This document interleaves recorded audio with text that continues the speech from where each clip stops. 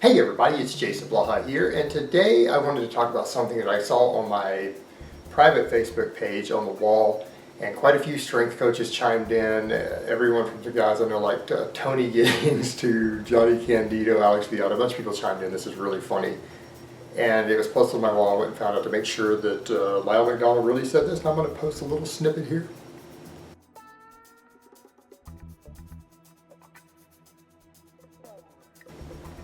This came to me, I guess, because I kind of repopularized 5x5 for hypertrophy and general strength training with my novice program, which has been run successfully by thousands and thousands of people.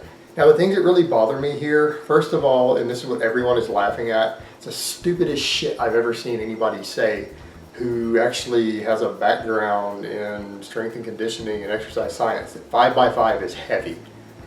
What world do you live in where 5x5 training is heavy? Now, maybe in some weird magazine bodybuilding circles, but not in the strength training world. That would be considered moderate, maybe even light.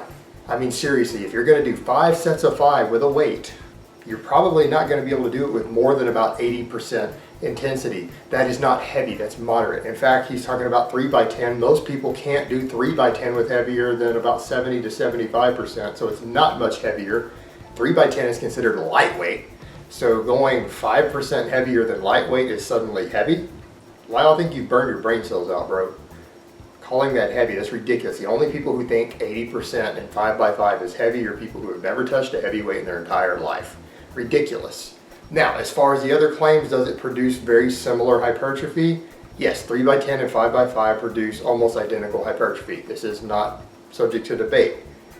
How is there a marginal strength increase from the 5x5? Yes, there is just a little more strength increase. Well, if somebody's trying to make overall gains, they're going to get a little more strength and the same amount of hypertrophy. The 5x5 is superior in that case. And I'm not even saying 5x5 is always superior, because I have an intermediate program with 3x10, 5x10, all of that in it in certain blocks.